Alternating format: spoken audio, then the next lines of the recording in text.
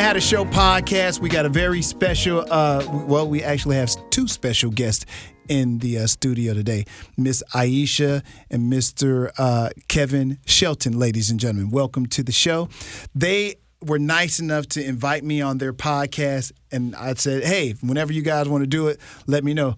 And Mr. Kev hit me up. When we doing it? Good point, sir. Good point. Yep. So he handled his business, and now they are here. So I want to say I appreciate you guys, and it was funny doing your podcast, which is called, ladies and gentlemen, Marriage and Real Estate. Marriage and Real Estate. So obviously a couple that they're married and they do real estate together. But I thought it was really funny because a couple of weeks later after doing that, and I started putting it in the air like, oh, I need to start doing more stuff with real estate and da-da-da-da-da. And then y'all hit me, and then they invited me to be a part of the HBREA, which is the Houston Black Real Estate Realtors Association. Realtors. Yeah. We couldn't be called realtors. Back in the day. And I learned that there. I did. Because I looked at the information and didn't know And that there was a whole reason. Well, we're going to act like y'all knew all along. But black realtors, and I don't know if they still call they obviously they call you realtors now, but back in the days it was realtists because you weren't allowed to be called realtors. Mm-hmm. White people did not allow it. So any black person that did it, they had to be called a realtist. I learned that there. So that was kind of interesting to learn that because I never would have known any other way. And it was really cool. You got you got one major award there, didn't you? Yes. And that award was for? Top 20 realtor in the city. And to accomplish that feat, you have to do what? Sell a lot of real estate. So I'm going to go back a little bit now that you've said that. How did you guys meet? And were you both individually doing real estate or no? This is something that developed in the relationship. Okay. That's me. So right? we weren't, well, I'll let you tell the story because you tell it better. That's true. We weren't doing real estate before. I was in construction, and I guess technically real estate because construction is part of real estate, but not formally from an ownership or an investment side. Right. But she'll tell a story how we met. Oh, and you all have a company too. We do. Park Street Homes is our Okay, company. I had to say that. We have several companies. That is Park true. Street Homes is our residential development company. Mm-hmm. The Ayesha Shelton team is residential estate sales company, and then Marriage and Real Estate. Yeah. All right, so we're going to come back and visit all those as well because they all have different purposes. They do. Correct? Okay. Mm-hmm. But we'll get back to that. But tell me how you guys met and how this real estate dynasty got created. Boom. Okay, so before the Sheltons were the Sheltons, there was just Kevan and Ayesha, and we met at a mutual friend's birthday brunch. She turned 30. I think she might have turned 30 that year. Was that 30? Yeah, it's 30 for her. Okay. She turned 30, and she hosted it at her personal home. Mm-hmm. Well, we later learned that we both had flaked on her several times before in the past, and so this time we were like, okay, we got to make it. And if you are familiar with Houston at all, Houston is an hour away from Houston. So she lived an hour away. She lived an hour away from Houston is an hour away from Houston. It is far. I could not sum that up any better. Yeah. So for that reason, I knew that I had to go. It was so far that I drove to her house an hour early, took a nap in my car in the Walmart parking lot before going to her birthday party. By the way, and this is you all don't know each other at this time. Never met. Okay. Do not know each other. So this is a mutual friend that we didn't know of. A friend and a coworker of mine at MD Anderson. I used to build for MD Anderson, and she was one of my clients actually. But in construction, there's very few black folks, so she was one of the black project managers that I worked for. Yeah, okay. And her kid at the time he went to a daycare center that I was the assistant director of. So I was education, and not even like elementary school education. I was early childhood education, so I worked with babies. And I was the assistant director of that school. And there was no thought of real estate at this time? Not at all. Okay. Barely. Well, barely. So she bought her first house at 25, or built her first house at 25.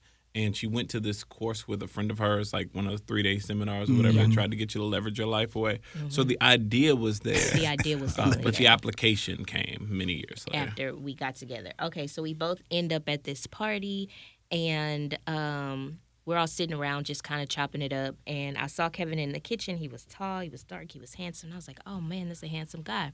However, in conversation, he kept talking about this chick named Kayla. He was like, "Oh yeah, Chelsea, Kayla told me to tell you hi. She was really upset that she couldn't make it today. She wants me to bring her some cake home." I was like, "Okay, you got a chick," and all interest was gone for me. So I was like, "Okay, you just like the rest of these people at the party." And on my way out of the party, my friend runs up to me and she says, "Oh, he wants your number." And I was like, "Okay, girl, he kind of cute. Give him my number." She's like, "Okay, I'm going to call you and tell you about him." I was like, "Nah, don't worry about it." Because I had just got out of a, difficult relationship, and I just was not, if you got to call and tell me about him, like, it might be more than that. Yeah, I don't keep need it. Yeah. Keep him where he at. Okay. And so she's like, no, he's a really good guy. And I said, okay. She insisted and persisted. And so anyway, he called me. I don't know what. 2 days later. 2 days later. Because my sister told me to wait 2 days. Calls me 2 days. There was a limit. There's a statute of limitations. So I was recently divorced. I was 9 months divorced. Okay. And I didn't have the chops to holla. Like I wasn't there yet, right?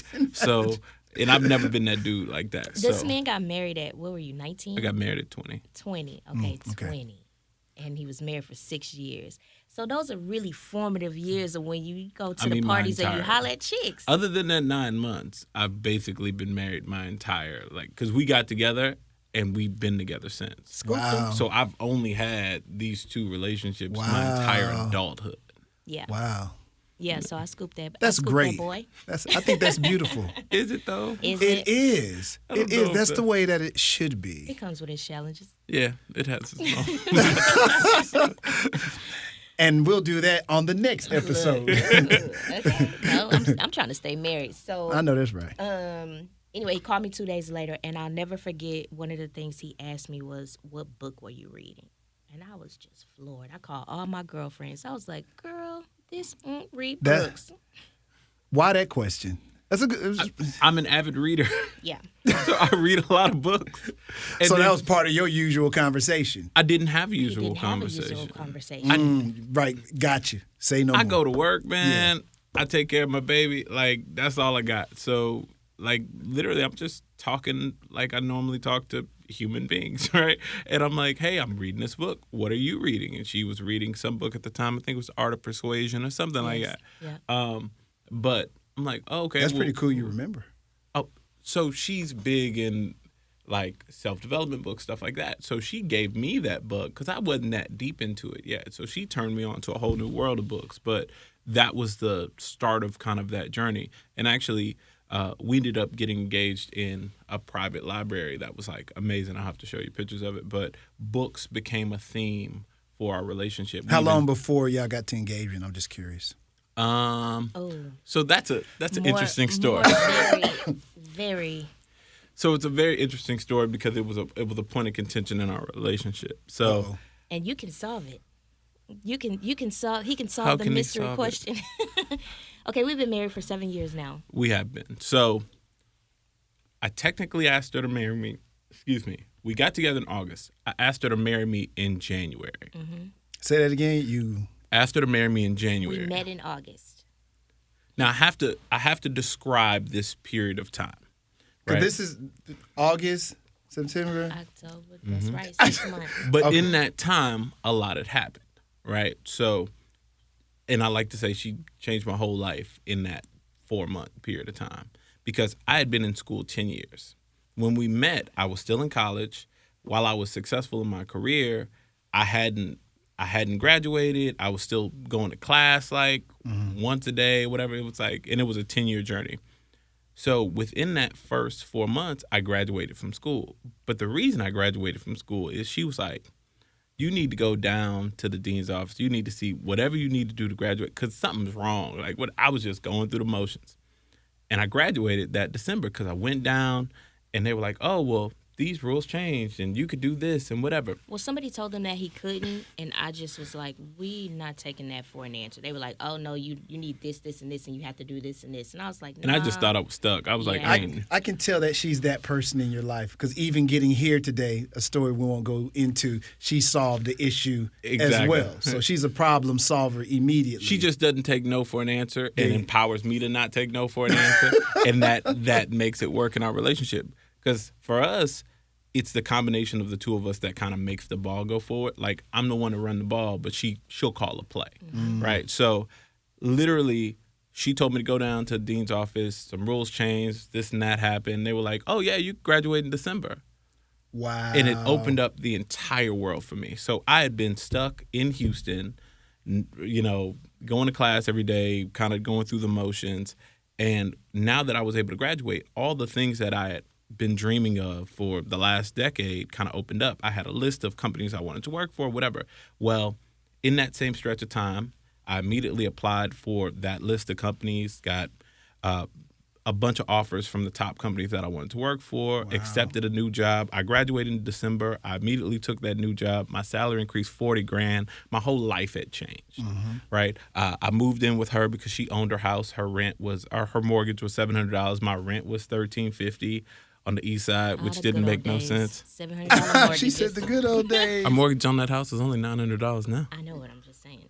Anyway, so all that happened. So in probably, I think it was October, November, she gave me an ultimatum. She was like, look, and she's a little bit older than me, so she was ready to go. She was like, either you going to be a family, or she said, either you going to do this thing with me, or you going to go be a family with the situation you were previously in. And I was like, well, no, I got to ride this train because, you know. Because I wholeheartedly believe if you let a man ride the fence, he'll ride the fence. You know what I'm saying? Like, he won't make a decision. He'll do what's comfortable. And what's comfortable is what you've been doing and this new thing that you like to. And you're right. I was too old. Because I was still But doing this is stuff. still early on for you to have made this decision, right? Again, we're still under a 6-month window. That is true. So ultimatum was made within this 6-month window. Oh, yeah. I'm not playing with y'all. The crazy part is, she gave me a challenge. Is that normal, that amount of time to say, I know this person, I'm going to spend the rest of my... I said a lot of things, too. I also said, hey, I'm 8? I was 30.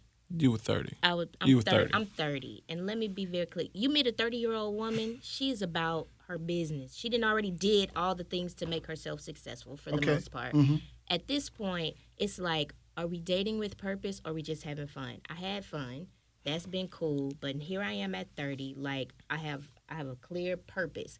Not a plan. It's all God's plan. But I got a purpose. And so I need to know if you in or you out. I don't have time to really explore it because you might be in the way of my husband. So I'm not playing. God dang. I'm just not Yeah, playing. she wasn't playing.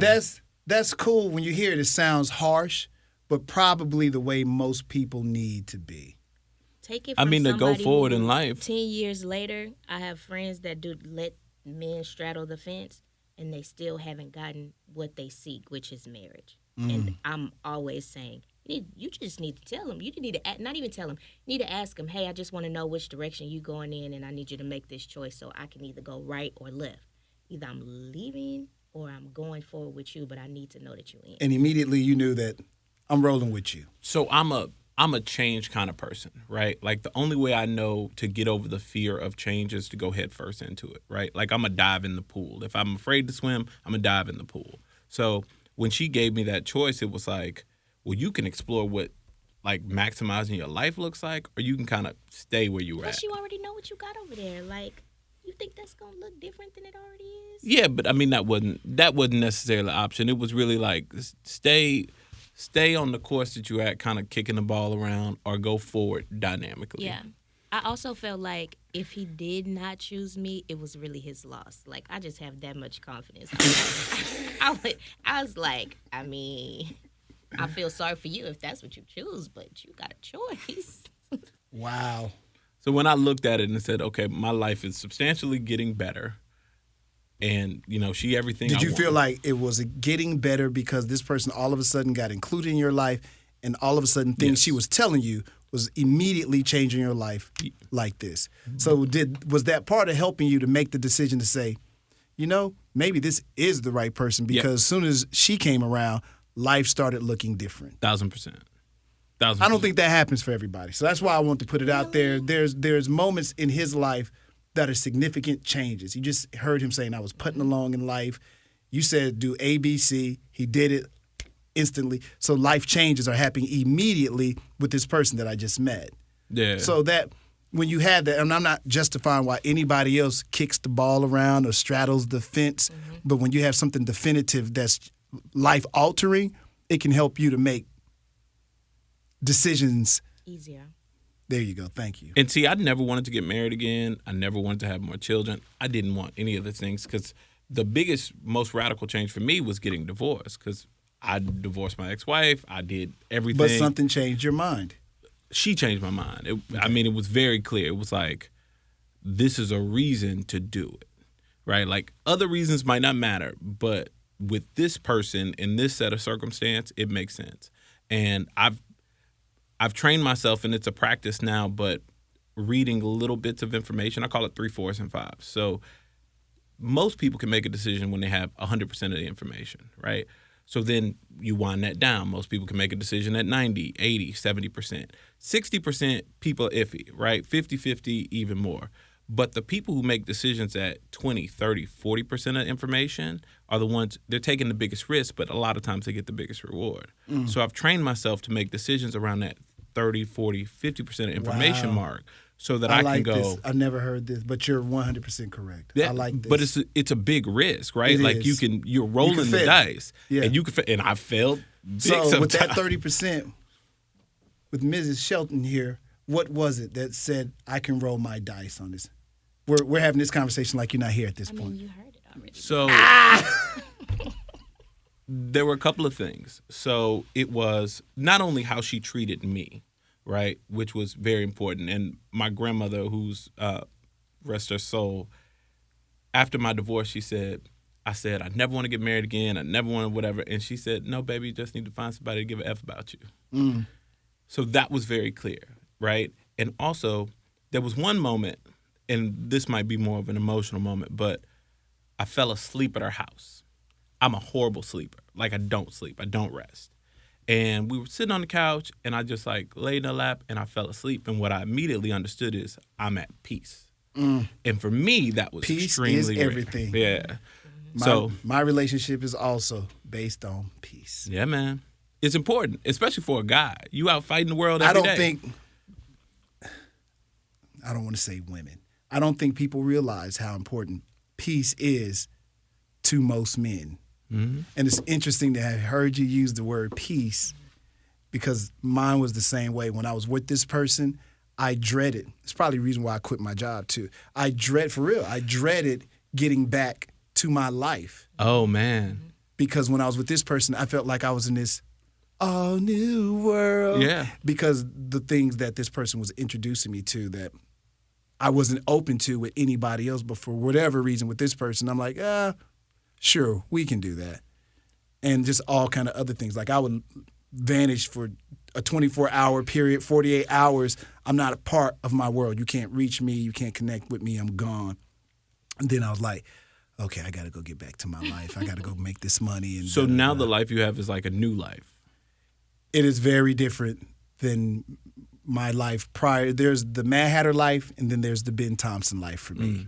For the last 4 or 5 years, it's been a Ben Thompson life. And definitely I call it the last 3 because that's when we bringing the whole thing together. Yeah. She lives with me, and then we had the baby, and it's been a whole new thing. Now we like the Three Stooges. And let me mention, I had adopted 2 other girls on the way, but I was a different father. I thought differently. I was a workaholic. So it's interesting. There was no peace in that world, though. You know, because of what I did, one minute you might be fighting rappers and all kind of other dumb crap that comes with the lifestyle. But when I was with this person, everything, like you just said. It just went away. You could rest. You slept differently. So it's just interesting to hear somebody else say that because I've never heard any other man say the word peace. I've seen it written. I've seen it on Instagram pages where men say it. You know what I'm saying? Yeah, you see it? Yeah, because women don't realize how much peace is. But I never heard another man in front of me mention the word peace. They say all kind of other stuff. Oh, she's beautiful. Oh, They never said, when I was with this person, they brought me peace. But for somebody with no peace, that's the rarity, right? Like that's the biggest, brightest. And no light diss that on you could anybody see. that I was with. You were all wonderful, beautiful people. Not saying that there wasn't peace with you. It was just a different type of peace. You sound like Drake. you got to all the exes out there. Well, I was very lucky. I'm very fortunate, but this one was the one that normalized my life, and I could see my life not being whom I thought I was. Mm-hmm. You understand what I'm saying?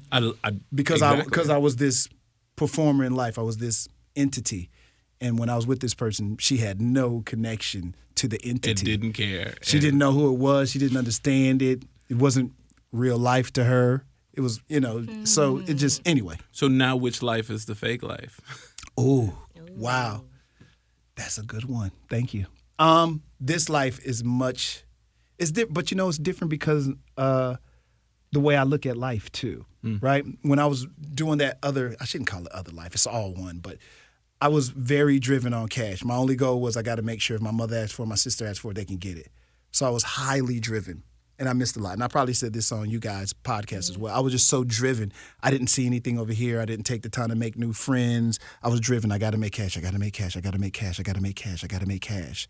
So, yeah, that guy is totally different because now I'm this guy that saved up and acquired some things along the way. So now he's more comfortable and relaxed and is not in jeopardy of if I don't get this paycheck, is my life going to collapse? So would you I like this sacrifice? podcast through him. I like the way you change and you turn the tables. This is the kind of stuff I do. I love this stuff. You good. You don't even realize what you're doing, but I it's just good. ask questions. No, you're like me. You ask questions. Yeah. Would you go back? Would you make changes, right? Like the things that you sacrifice for cash. If you could go back and have this life then at any point, would you pick a point or would you go back to the beginning? Would it be different? Because there's a lot in that, right? Like you sacrifice a lot, and those are years.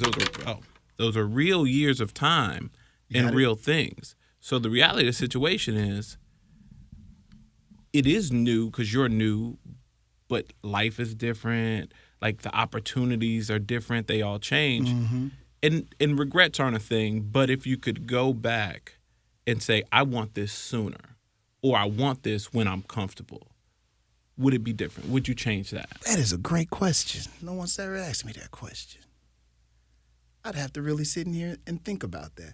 I don't think it would have been possible for me to have what I have now had I not had the super focus. You know what I'm saying? Like it would have been great to say I was able to get this 25 years back or 20 years back, even 15 years back, and my mindset would have been different.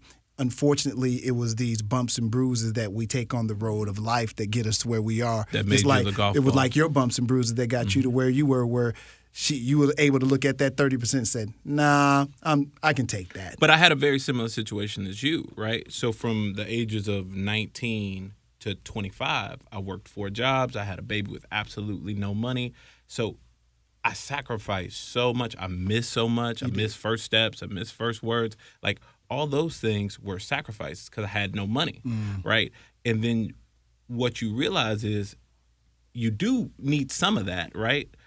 But it also comes with the bumps and bruises, and it comes with the scars, and scars. It comes with all the things that you sacrificed in a way, like what was lost in the fire. But what you gained was the rough diamond that she But what I try polished. to get you to understand is all of those things are essential for you to be where you are right now. That's if true. you hadn't had all of the experience before me, it would change what our relationship looks like today. And the same thing Absolutely, for you. If you didn't have all of that, absolutely. then it would change. Absolutely. Even aside from the money, the emotional scars, societal scars, the social, whatever experiences you had are essential to where you are today. Agreed. Absolutely essential. Agreed. Even my mindset with my wife now. You wouldn't appreciate that woman. I wouldn't. I don't argue.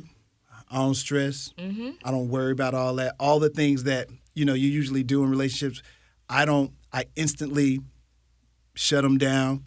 I let her win. I don't care about who wins or who loses.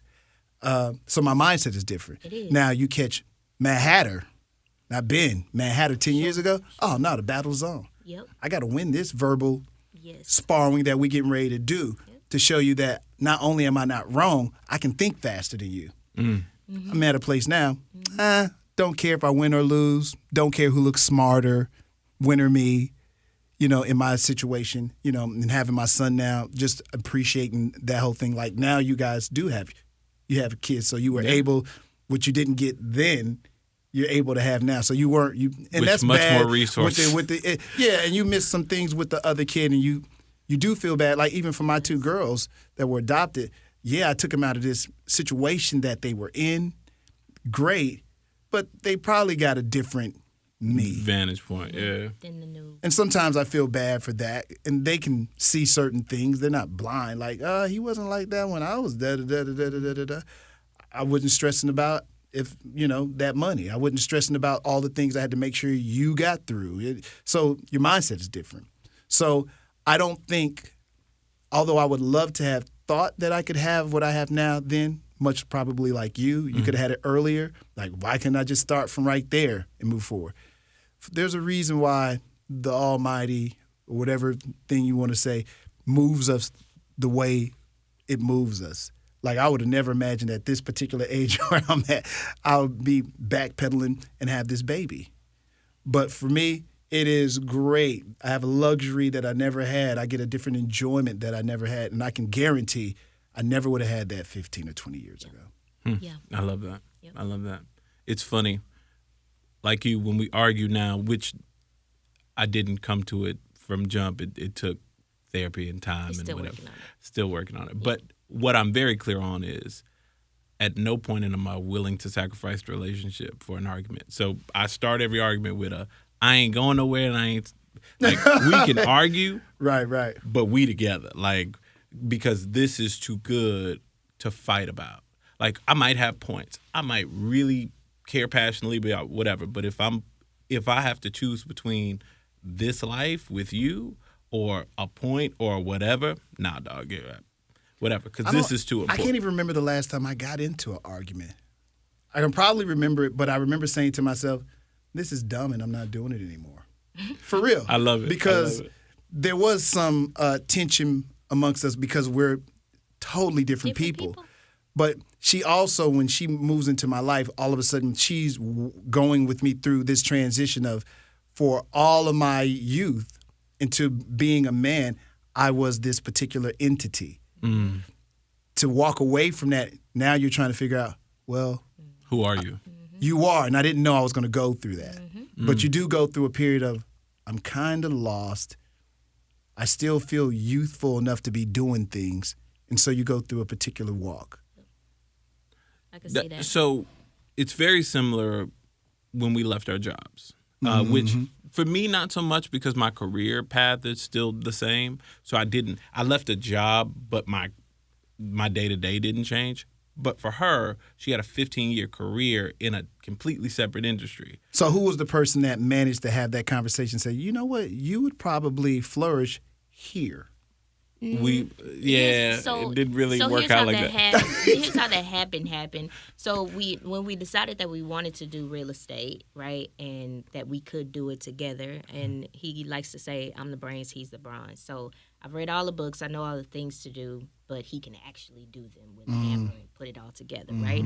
And so we took out a home equity line of credit on my primary residence, and we bought our first investment property together. And it was a lipstick flip. So and at the same time, we were building our... What's a lipstick? A lipstick flip is like cosmetic, carpet, paint. So not much structural. It's a relatively decent house. It just needs to be updated a little bit. New fixtures, new carpet, that Y'all taught me something new. I hope y'all caught that one. Yeah. So that was our first real estate deal together.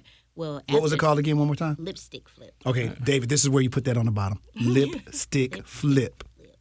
Thank you. Yes. Okay. So, and at the same time, we were building our personal house. But we did a lot of real estate at that the year. same time. When we pulled that first trigger, we were like, oh, well, that was easy. And we just kind of snowballed it and kept going. So you didn't really know that you were going to be doing this. No, I'm curious as that what wasn't the intention. I'm curious as what the discussion was for you to say, oh, I'm just going to get an equity line of credit on my place, and she trusted you enough to do that, and then we can go get this house and we can do this.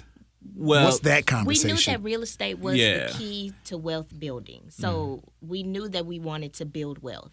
And we knew that real estate was a vehicle to do that. Was a good vehicle to do that. And at so the time, we we were listening to a lot of real estate investing podcasts, things like that. So we were like, we want to grow our wealth. At the time, quitting our jobs was not even a consideration. No. It was like, we're going to do this as an investment strategy for us personally. We got this house, we're building this next house, and we're going to do a bunch of stuff at once. So she gave all the resources. She was like, oh, we could do this or we could do this. And then I'm the one who go, here's how we'll do it, right? So we did a bunch of stuff at the same time. Was that good or bad to do that, by the way?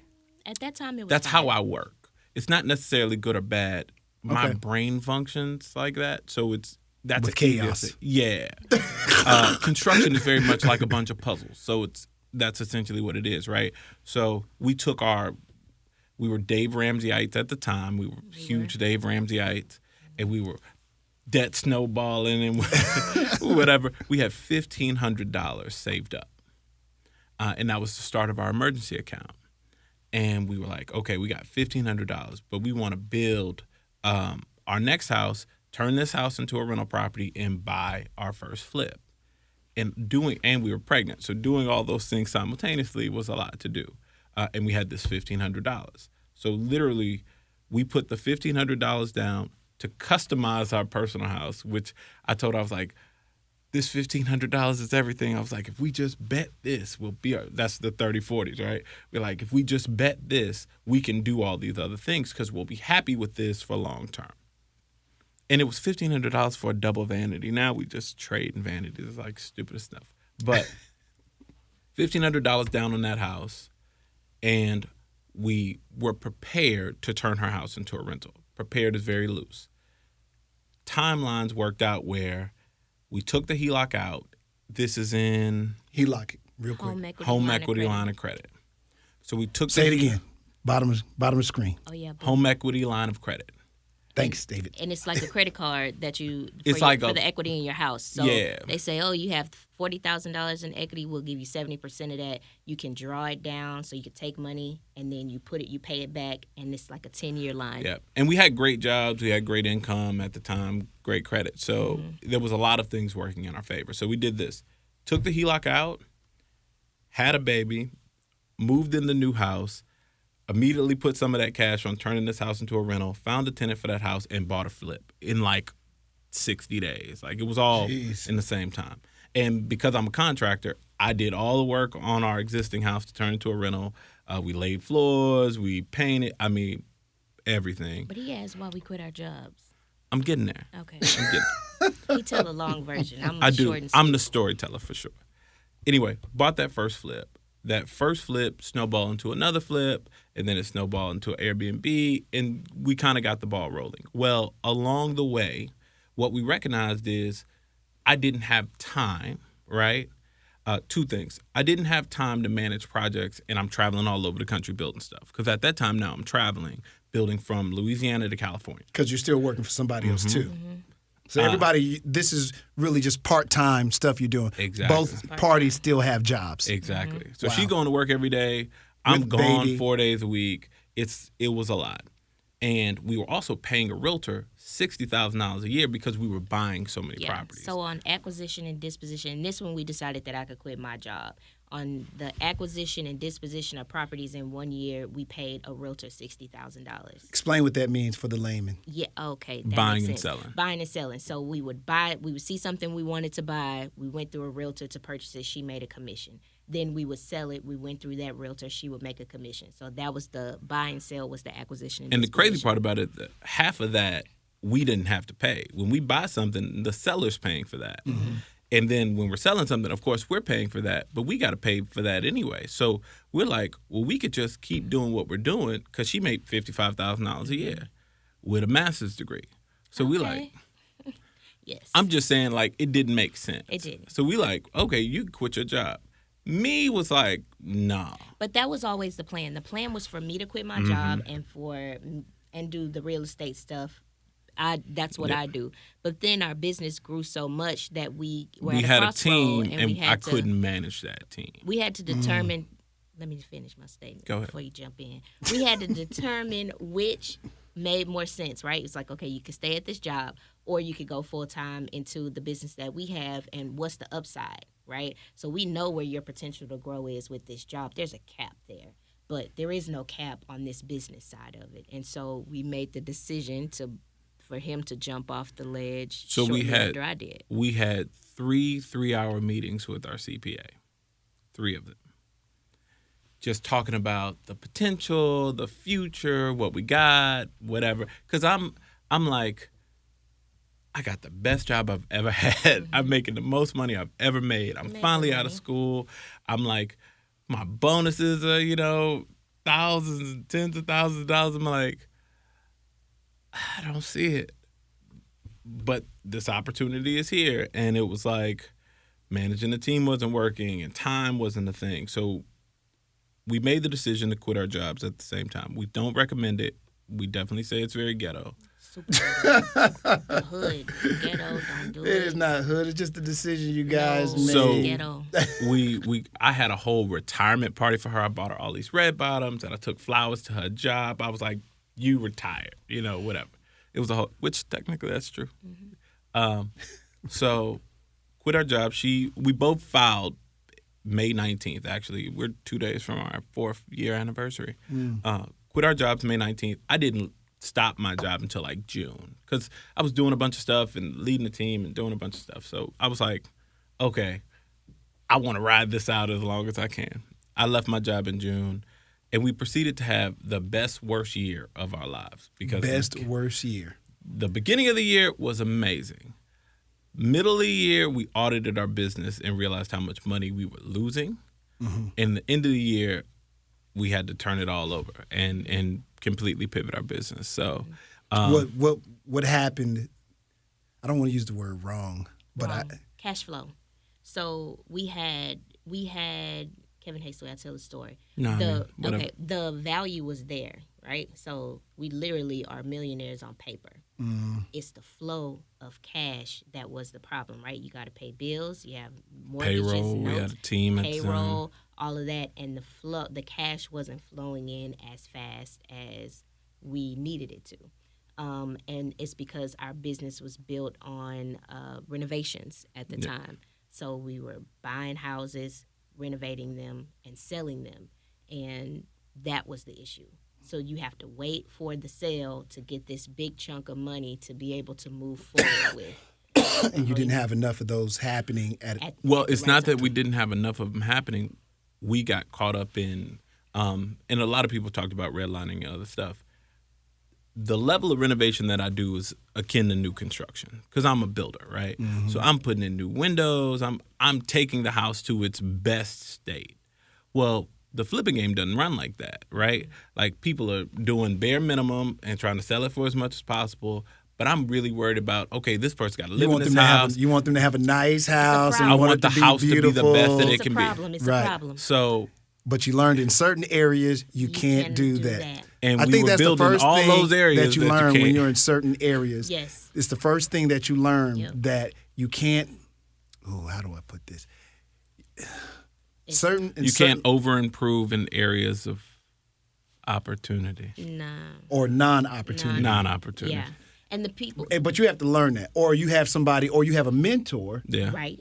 Exactly. That will explain that, like, nah, man, you really going far and beyond. Because you think you're doing some great stuff. Like, look at the windows. Oh, man. Look at this. Yes. But here's the crazy part. We had contracts on them at our sales prices, but they wouldn't appraise. But it don't matter because that's not a part of the process, true, right? True. So, yeah, a buyer may see it and go, I love this. I want it. Let me have this house. And the bank says, well, we looked at all these other houses around here, and they're not this nice. Right. So, comparably speaking, this is what you get. What this house is worth, yep. regardless of how much you put into it. And so that was one of the lessons that we had to learn too. But again, you're so right how important mentorship is and having somebody that can say, because if somebody would have just said, have y'all thought about this? Like, maybe you shouldn't do this, or I did that. And I hate to call it the bare minimum too. Ooh, but that's what it is. You hate to do that. So you want it to look nice, but you can't. Yeah. You so cannot. We porcelain and that incredible floor, marble floor, in certain areas, probably not the way to go. No. And the crazy part about it is, in new construction, that's not the case, right? Because new construction, you got to put as much as your competitors to get the house built, right? Because there's nothing there. So everybody's playing field is the same.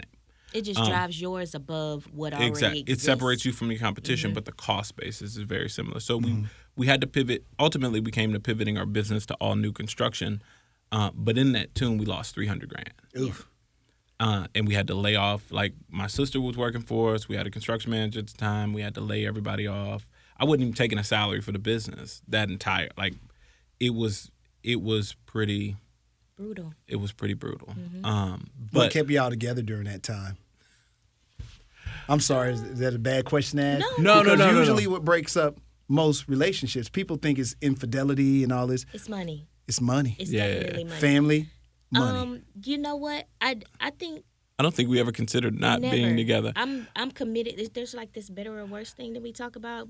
I'm like, okay, this is the worst part. The reason I laugh is because we had one big argument. We also got pregnant during that year too with our son. Yeah. Definitely pregnant. So- broken pregnant. Oh man, it was And you crazy. know what? When you look back at it, we totally weren't.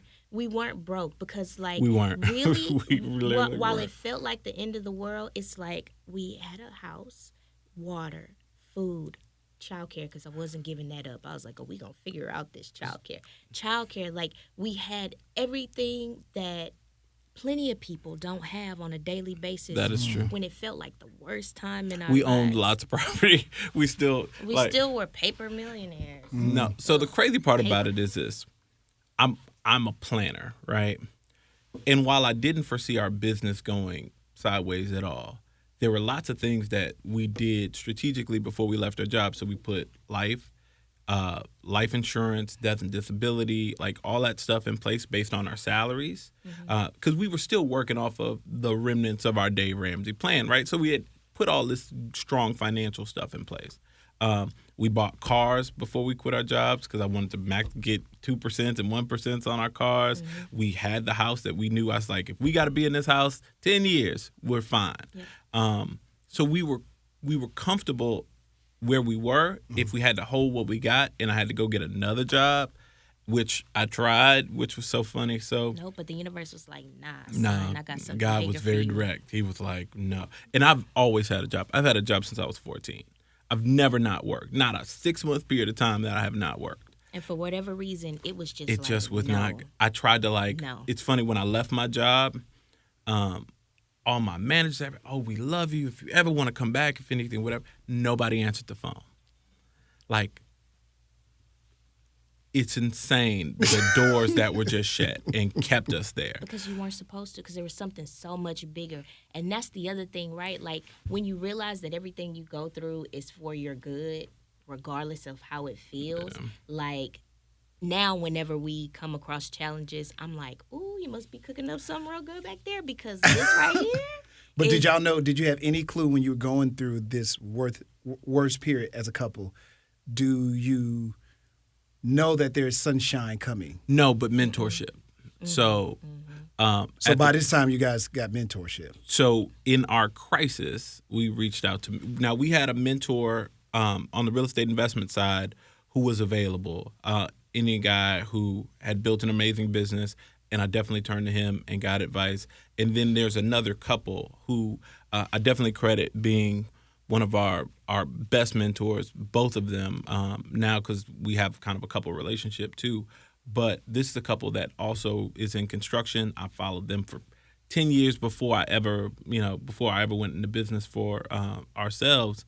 And I reached out on LinkedIn. I was like, hey, I've been following you and your wife, this and that. We're in a similar industry. Here's the crisis that we're going through. If you could just make yourself available for a phone call. And we had a call. I remember I was in my bedroom. He was in his closet. And we talked for like an hour and a half. And he just prayed over us. And I mean, it was, and to this day, like, that conversation helped me survive mentally as a man, right? Like, not the financial stuff or whatever, but just can you get up and go back to it? Can you get up and fight those battles, right? And I remember when I had that conversation with him, and I was telling Ayesha about it, whatever, but everything he said was, "Oh, you're in a great spot." And the same thing the real estate investment mentor said. He's like, oh, you're in a great spot. And we just couldn't understand. We're like, what are y'all talking? This is the worst thing that ever could have happened. It was the worst moment of our lives or whatever. And they were like, no. This is, you're in a great place. You're right where you're supposed to be. And now we understand. We So what was it? What made it so great? Because adversity You need the pain. Adversity makes you stronger. It makes your business better. It makes your business better because you have Y'all to believe figure that? out stuff. Yeah. My I got to God, go through the yes. adversity to get to the good side. Yes. It's the only way you learn the lessons. When I think about investors, right, and if I met someone that I wanted to invest in, and I'm like, well, tell me about yourself. How's your business? Oh man, we do this. Everything is always good. There's no down period in your business, in your life. I'm not risking my money on you because I don't know How you'll handle it when it does get scrappy. It's always going to come. There'll always be challenges. That's a fact of life, right? So if you haven't faced your challenge yet, I know that it's coming. What it also does is give you a big head too, right? So you're like, I'm always batting 100. I'm always good. All my flips work. All of my investments are great. I don't know how you're going to respond when it's not great. And you know what I want to hear? I want to hear how you failed and how you recovered. Everybody hates, not everybody, plenty of people like this person. There was a president that recently did not get reelected. People don't like him, but he fails so good. Like he fails and he comes back with it. He failed and he don't believe that he failed. He still think he won. But that's a trait that you know one what should, though? In business, you might need that. You do. Because you got to be able to be resilient enough to come back to the batting plate. Even if it don't seem like you dealing with reality. That's a different thing. Here's But not dealing with reality, but what is reality? See, don't get me here. Because what is reality? He wasn't dealing with reality, but he became the president again. So was it reality or was it not reality? Like, oh, everything's great. I'm amazing. Things are going well. And we looking like things are not going well. Things are not great. But how did he? I mean, he got reelected. Who are you talking about? Didn't he get 2 terms? No. Just kidding.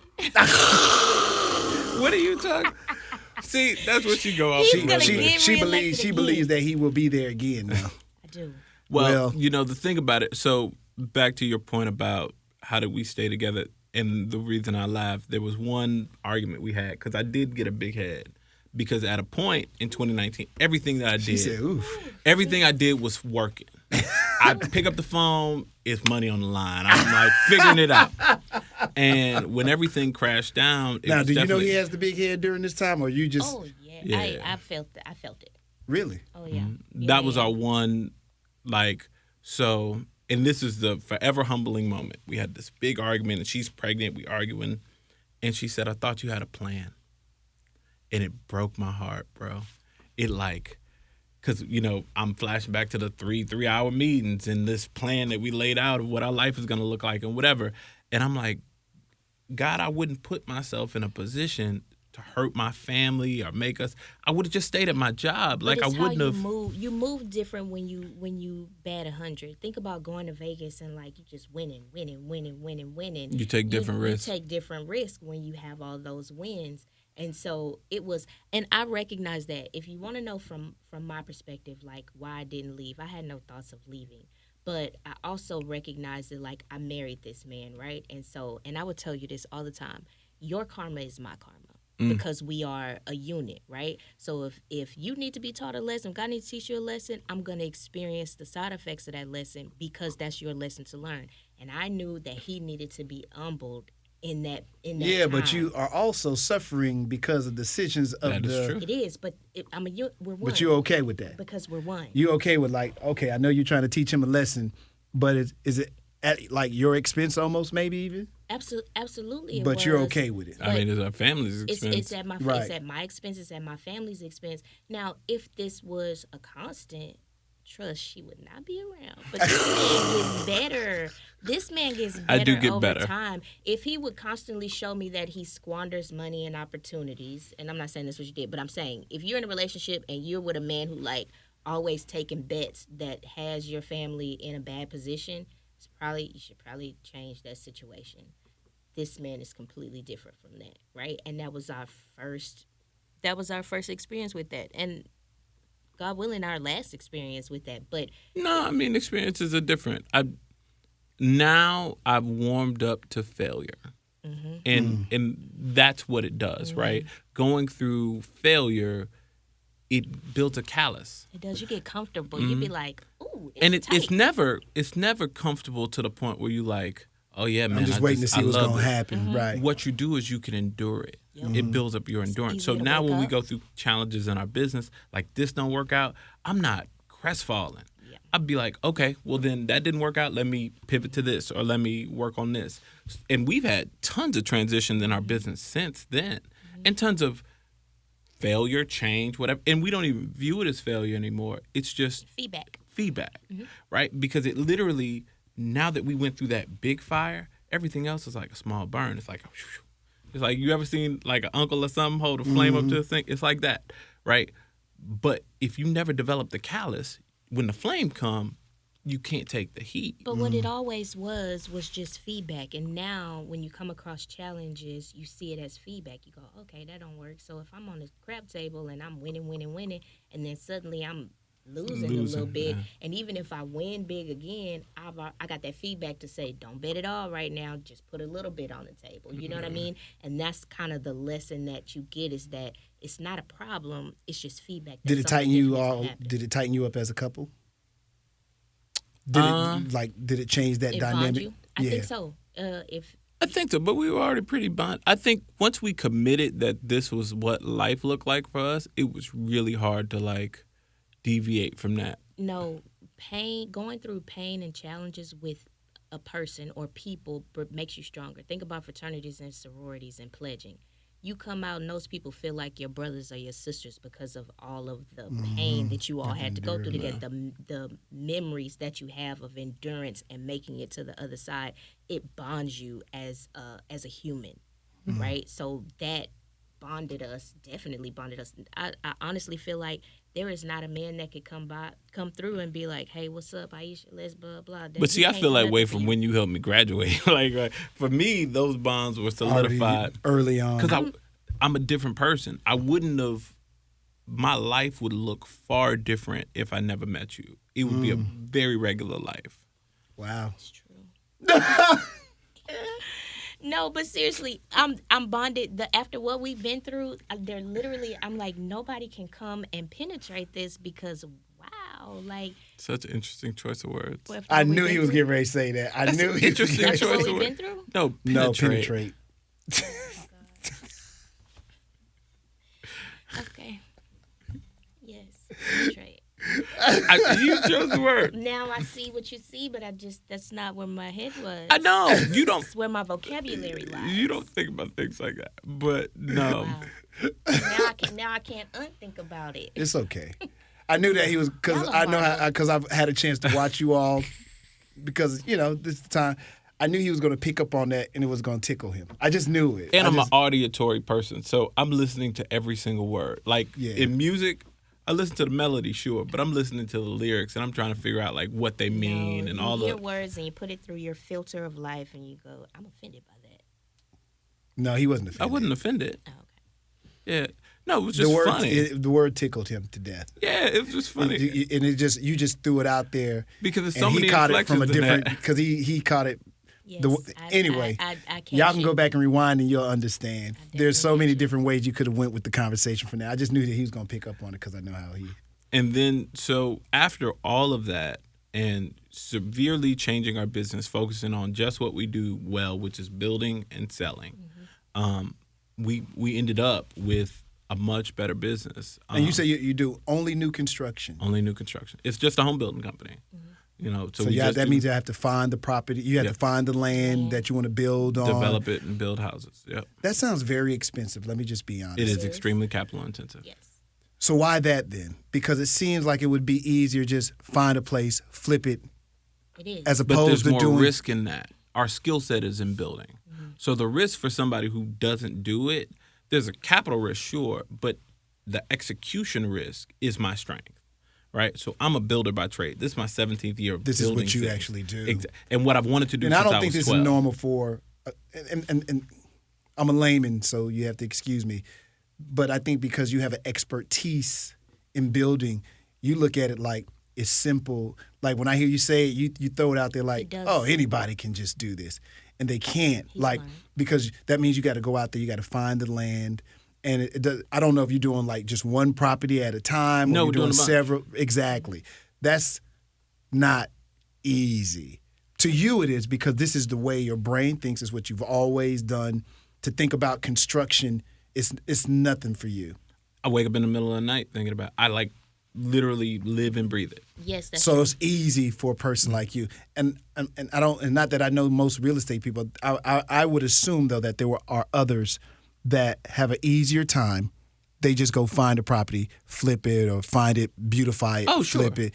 But to me, your route is the harder route. For me, as a layman, to hear somebody say, I'm going to find some land, we're going to develop this land, we're going to put the houses on it, we're going to build, we're going to do construction, that is terrifying for me to hear as a layman, as opposed to, hey, let's go find a house. Oh, I like that house. How much they selling it for? Oh, that sounds good. Let's get that house, and then we can keep it or we can flip it.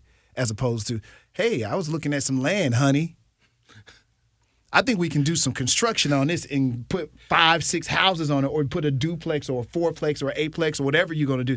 My brain is like, I'm overwhelmed, I'm out, bro. Yep. If you came to me with that deal, I'm like, Or you are mentored by a people or person who has done it and can say, let me just show you how to do it. Because if you had that, you would do it. If I had 17 years of experience and went to school for it, I probably would be gung-ho for it. You would be as enthusiastic as Kevin is. Right. But if I said, hey, you got how much money? Yeah, I do this for a living. Let me just show you how to do it. Or, yeah, I've been doing this for 17 years. It's simple. It's simple, just like radio for you is simple.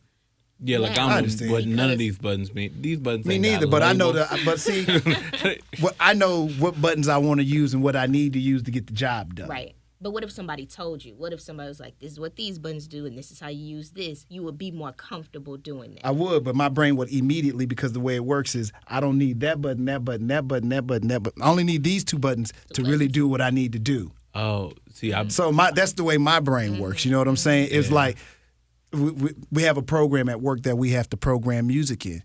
I'm one of those kind of people. I'm not reading the book. I don't want to go through all this. I'm going to jump right in, open up the computer, and get to work and figure it out as I go. And I might get bruised up a little bit in there, but I'm not good at. I have to read and understand and. But see, that's where it started for me. It just started a really long time ago, right? So And I I jumped in understand. the computer and started figuring it out. And now here 17 years later, Right. Yeah, I get that. I read the books and I know all the stuff. So now I know what every button does and how to use it. I get it. I admire. I'm just saying, I admire it. Yeah. I think your side is the harder side and the riskier side. To me, somebody else would be like, "Nah, that's where the real money is." But you're a risk taker too. No, In that's this true. conversation, Calculated I've already risk. learned that you're the more, Conservative. hey, bro, bring it back a little bit. But I can tell he's the kind of guy, he's willing to go to the crap table. The funny thing is, in reality, I can't gamble at all. I don't gamble. But you I do hate- gamble. Your whole life is a gamble. You gambled is. on the woman that you're with. That is true. You gambled on a profession that you chose. You gambled your whole life. Are you listening to the story No, you just told? it is. It's all risk. I just can't your gamble whole life with was money on something you that I can't control are the gambling odds. with money. But not You at a gambled craps your table. family and your wife and your money on saying that, yeah, honey, I do believe we can do this business. That's true. It could have failed at any time. So I hear you saying that because you don't believe it, because you're looking at it. An actual, I'm going to Las Vegas gamble. Your whole life to me is a gamble. No, that's everything true. you're saying is a gamble. But it's You started this control. interview with saying, I'm willing to go with 30% and make that move. Yeah. As opposed to, I need 90% of the facts. Most people do. Most people do. But that's how most people work. That's why I need 90%. That's the- And then I'm going to need a couple more days to think about it. See, Even that's where you lost it all. I did. When I you probably wait do. For that 90%, I probably there do. is I'm no with you. I money agree. left. But see, you learned that from me. I mean, just in general, if But you're with a risk taker, but you know when to stop your risk taker. And that's why you guys perform well as a team. I think me and mine, we would be in 90%ers. We need all the details, But see, all the information. you spent 25 years leveraging the risk, right? So now it's no risk. Y'all can be at 90% now because you did all the work. You stacked up the coals. No. But we I remember don't do that. where we were, and one risk can take you back to the beginning. Sure, if you take a risk like that. See, this guy's a risk taker. He don't even realize it. One risk can take you back to the beginning, and even if we were wiped out, we would You still can get come back. Yeah, because of the knowledge. And You're right. that's what you and don't lose. And I understand what you're saying. That's I what got you don't lose, Right, right? So right. it's interesting. I don't want to take that risk, though. I'm sorry, Mr. David. You should. But I love hearing it because here's in life, here's what you find out. And just even listen to you guys. You especially being much older than you guys, you got to take some risk. You've played your whole life safe. I have. I played my whole life safe. And, you know, when it's like when you guys interview me, oh, how do you got real estate? It's all accidental, bro. I just happened like, hey, you want these 2 houses? I guess. Hey, Hatter, you want to save money or you want to invest this money? Let me see. How do you invest? Oh, I can just put some money in this stock or this stock. Well, I believe in this stock. To me, that's a 90% bet. Now, do I realize that you can lose it? I do. So you don't put nothing in there that you might lose all of it. I'm willing to risk that. But so far in life, my 90% has just been fine. So now I'm at a place in life where to really expand your life, you have to be a 30%. I think in life you have to be a 30%er. I mean, to grow. To me. And if you go To talk to maximize. any of the great from Bill Gates or Oprah, anyway, if you listen to the risk that they took, they're all 30%ers. That is Whatever true. you called it. I know I might be using your phrase wrong. No. I call it 3, 4, 5 to be short, but it's Okay. 30, 40, 50% of information. Yeah, And you're- 30% is and- probably the best. And you're willing to do that. Yeah. That is hard for the average human being. Let me tell you. So I'm going to give you 2 examples. Okay. 2 very fun examples. So right after we had our daughter, and this is an example of that 30% of information. Ayesha, her gallbladder ruptured or whatever you call it. Maybe I had gallstones. No, you didn't have gallstones. It I had ruptured. it removed. That's eventually what happened. Anyway, she was sick. She got sick. We had the baby 2 weeks or whatever. We called a friend of ours who was a surgeon. She was like, you need to go to the hospital right now. We go to the hospital. Hospital service is trash. And they're like, can't get in the room. I mean, it was really, really bad service. And I'm like, this is unacceptable. So I just read an article in the Houston Business Journal about the new CEO of the particular hospital that we were. Black guy, graduated with a doctorate degree from U of H. He was an Omega, blah, blah, blah. Anyway, I extrapolated what I thought his email would be. And I sent him a passionate email. Dude called me at 10 o'clock at night and literally changed the dynamics of, like, the doctors rolled in. I mean, and her service went from 0 to hero from that shot in the dark email at 10 o'clock at night at a hospital to somebody I'd read about in a journal, right? Second example, Jeff Hoffman, who he's a billionaire guy, one of the founders of Priceline. He invented the airport terminal, whatever. I was listening to YouTube and I went down kind of a wormhole or whatever, and I was like, oh, let me go on his website. And I went on his website. Anyway, he's like, oh, I do business consulting and whatever. I was like, well, I'd love to connect with this person. I don't know what I want to connect for. This is a billionaire, whatever. I did the inquiry. It had an email. I sent an email, whatever. I get an email. This is New Year's, like December 31st of this year to January 1st of last year.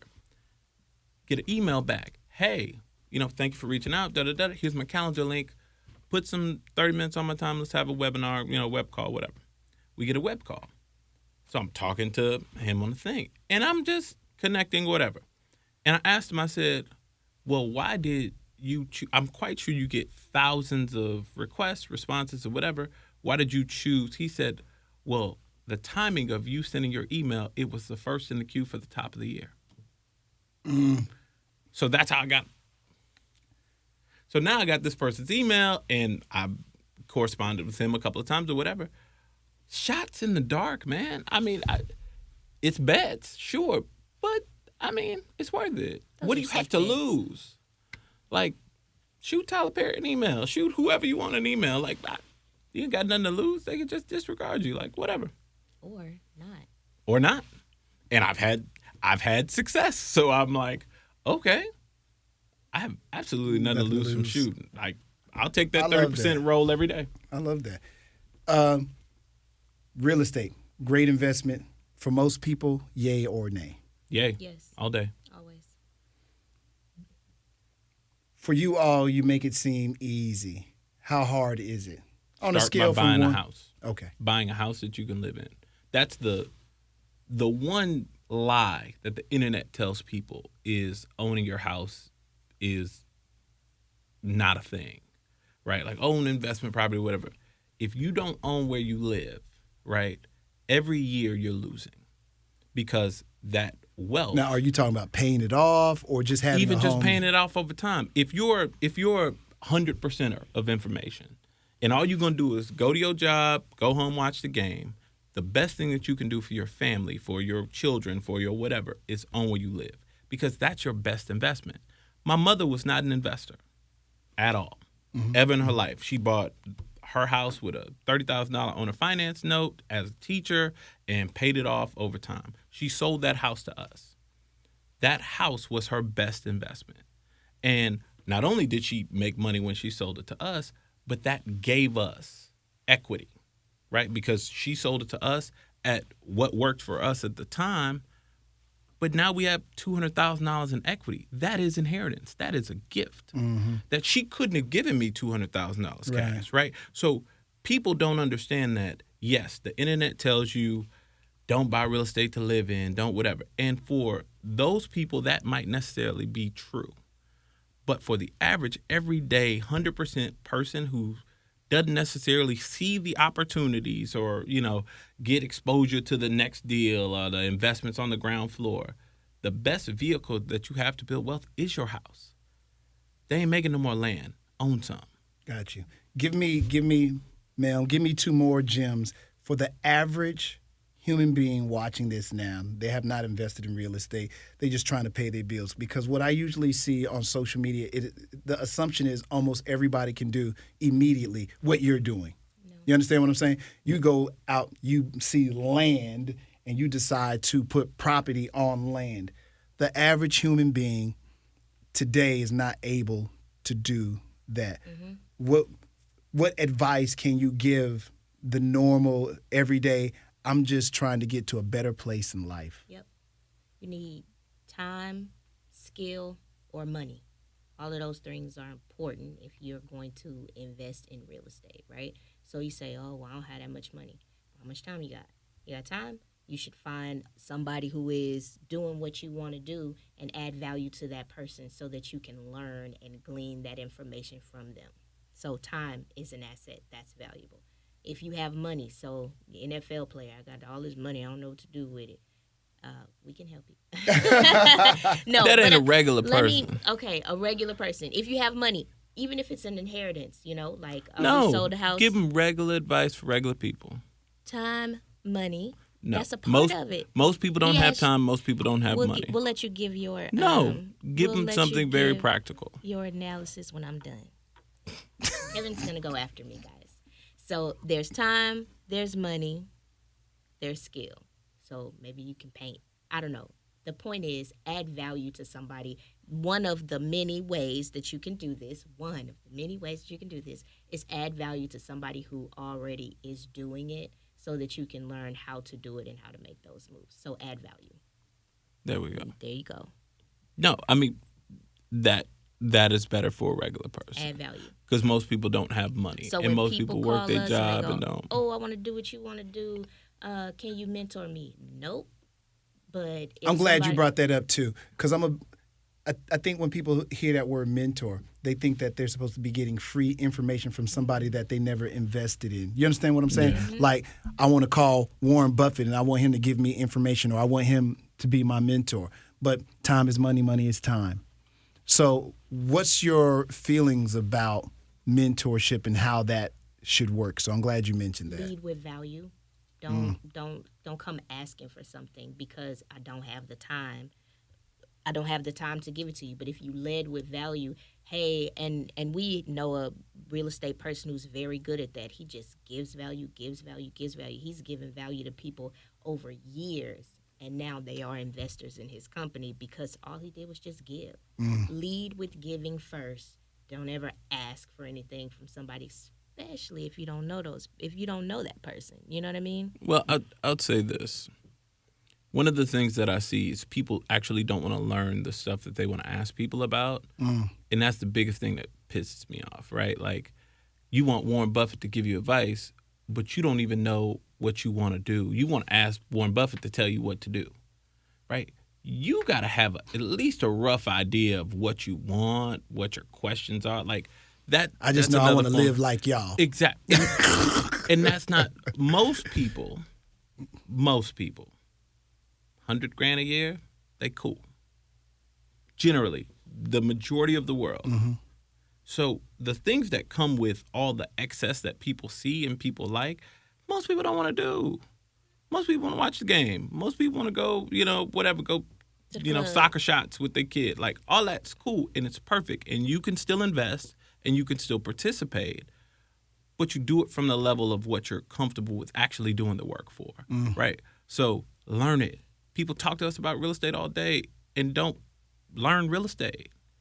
Like, the 2 years we spent from 2015 to 2017 when we invested our first dollar, we spent that time learning real estate.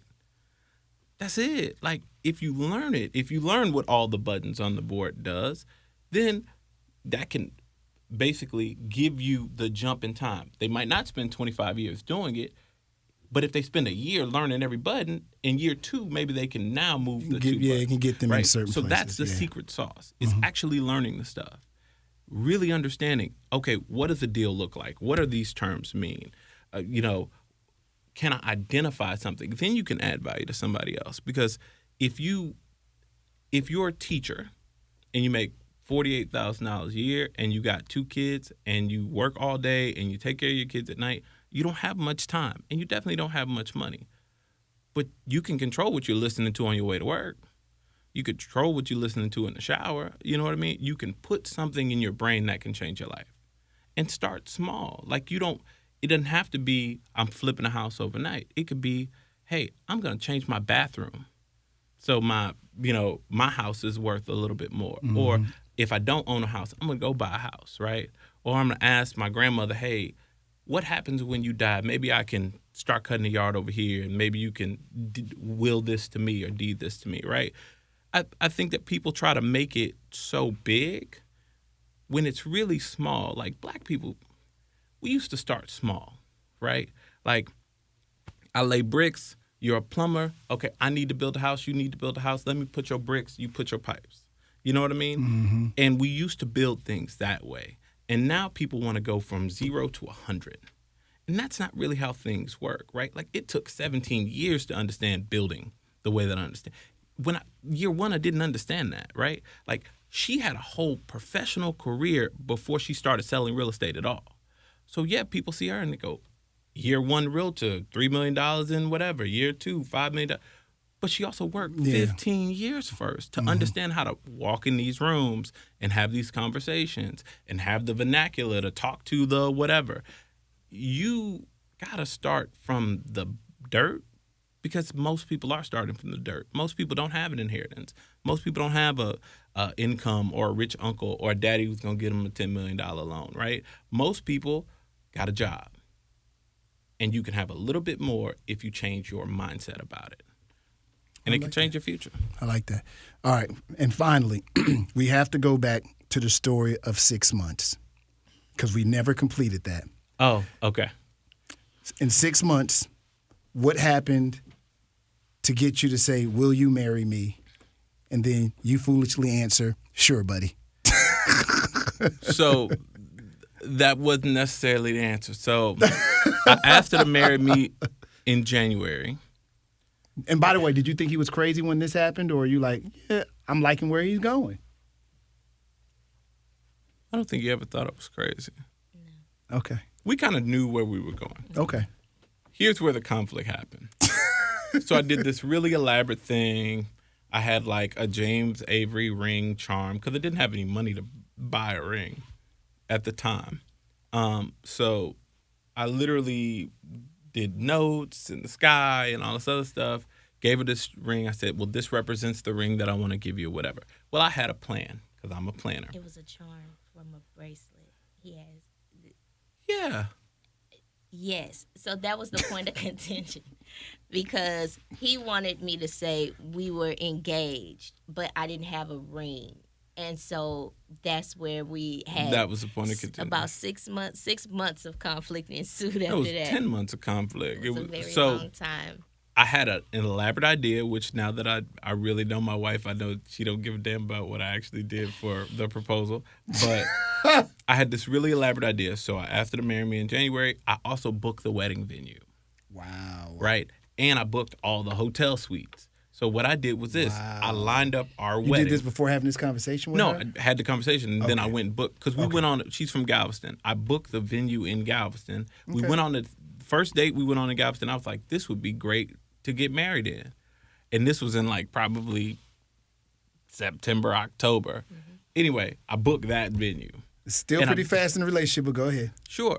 I booked it so far in advance that I got an amazing deal on. And I booked all the hotel rooms at the Moody Garden, so I got an amazing deal on them, to the point that the person who gave me the deal got fired later. But that's did all this stuff and paid it all off in a year. Wow. Right? So we didn't get married till the following February, or what was it? March. Following March. So in the course of that year, I was making payments on her ring, making payments on the wedding venue, making payments on the rooms, like all this stuff. I lined up all this stuff. So by the time January or October hit, when she actually got a ring, which in the point we had many fights because she was like, I don't got no ring. I ain't telling nobody I'm engaged. Her cousin got engaged. That was like a big deal. She's like, oh, my cousin's engaged. I'm not really engaged. I was like, what the fuck you talking about? We got a whole wedding venue. Like, I was like, all these people getting engaged, they ain't ever going to get married, which was true. They didn't. But we had a wedding venue. Anyway, we go to Boston. I've always wanted to go. I'm a movie person, whatever. The engagement was about him. It was. It did. So we go to Boston because I've always wanted to go to Salem. My one gift for myself graduating college was going to Salem during Halloween. Because I was like, October's my favorite month. The weather's going to be nice. You know, it's East Coast, whatever. We go to Boston. We have a week-long event. We, like, go on a corn maze and a boat and all this cool stuff. We ended with a secret engagement in a private library, which I think Benjamin Franklin's buried behind, where I flew my best friend up and her best friend that were hiding in the library because books were our thing. Beautiful library. Another story about 30, 40, 50s, right? So that library costs $5,000 a year for membership. And when I called and inquired about proposing in it, saw this beautiful picture. I was like, I want to propose right here where I see this picture. And when I show you the picture, it'll make sense. And the lady said, well, our membership is $5,000. And that's a heirloom. You can't sit on it. It's a sofa. You can't sit on it. And that floor is a quiet floor. You can't talk on the floor. So I said, well, what if I stand in front of the bench and I do it with signs and I don't say a word and I pay for the $5,000 membership? She said, you're really dedicated to this, aren't you? I said, yes. She said, I'll just give it to you.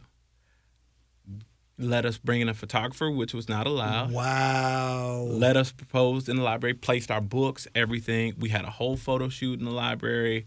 Then we had a photo shoot around the city of Boston. Came back home. I had our other best friend. We rented out a space in downtown, had a private engagement party on the day we got back. And all this came. Oh, you can never let this guy go. And I paid for all this in January. She said, of course not. I paid for it in January so that So this is only 6 months, right? Or less? August to January was 6 months. But the rest of that was a year. So by the time we got married, we met in 2014, we got married in 2016. It was 2 years. Wow. Yeah. We were engaged. You're very dedicated. I am a very determined person, generally. I love your 30%. Your thinking there's no way if she ever leaves you, I would probably hate her. I'm just because the what you went through, and I get some of these things that you wanted to do is because your fascination with Salem and whatever, but the effort, time, painstaking time, precision to make these things happen, I have to just salute you. I don't know if I have the tenacity to go that far because I'm one of those kind of guys. Hey, baby, can we go downtown Friday? He definitely gonna take it too far, and I appreciate that. I like a that. lot of that comes from not having any money, I wouldn't though. pick that up from the way you carry yourself. Because in my world, I'm just be frank. That sounds like some pretty baller shit. Really? But you spit it. What? He flew you out of here. He found an exclusive library that costs. I can't get him free.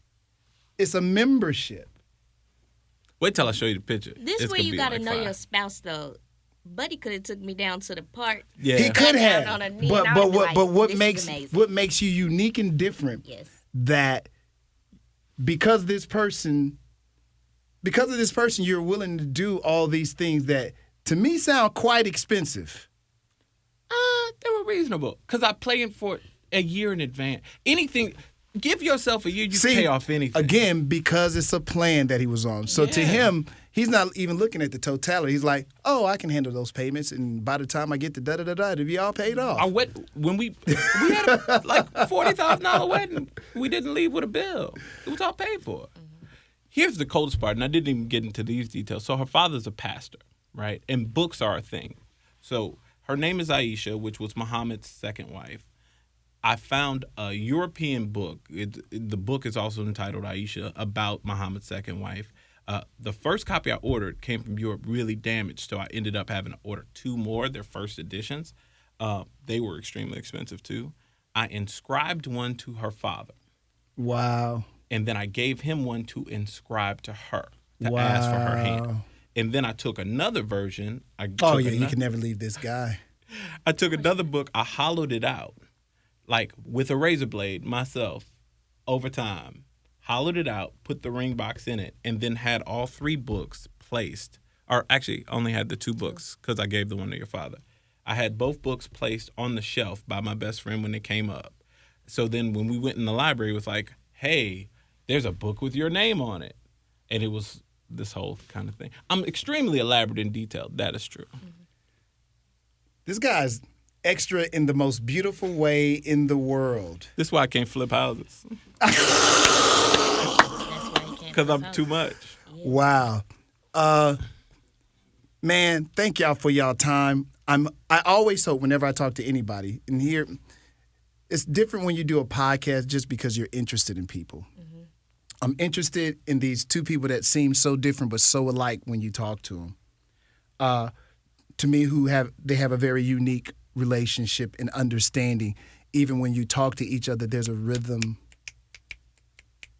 in the way you talk to each other. Even when you don't agree on something, the way one will decide whom is going to acquiesce in this particular conversation that you may be having. And watching that play out like tennis is interesting to me, for real, because I like hearing people talk and why they did what they did. And when you watch it in play, it makes it even more interesting.